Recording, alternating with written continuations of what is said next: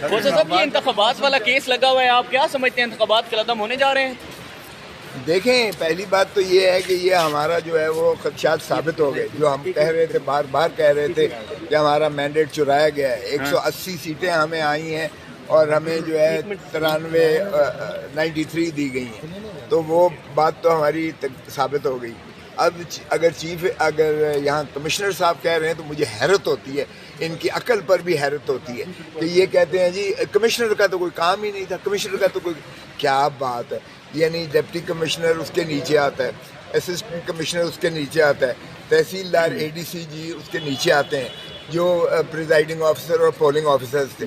ہم چیختے رہے supreme court میں، ہائی کورٹ میں ہم نے آرڈر لیا، جسٹس باقر نجفی صاحب نے دیا کہ جی جوڈیشل آفیسرز کو جو ہے کیا ہے. سپریم کورٹ نے سسپینڈ کر دیا اس آرڈر کو اور کہا نہیں یہی ہوں.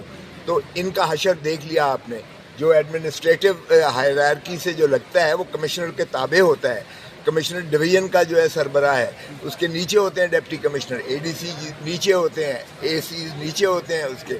تو جب ان کو بنایا گیا تھا ریٹرننگ آفیسرز، تو ریٹرننگ آفیسرز نے جو حشر کیا، ظاہر ہے کہ وہ کمشنر خود کہتا ہے کہ میں شرمندہ ہوں. اور جب وہ روتے تھے جب میں ان کو حکم دیتا تھا کہ آپ اس طرح سے تبدیل کرو، ہم نے 70 ہزار جو ہے ووٹ کے سے جیتنے والوں کو ہم نے ہرایا. اور میں اس نے ندامت سے کہا کہ مجھے سزا جو مرضی دی جائے، لیکن اس نے کسی اور کے نام بھی لیے.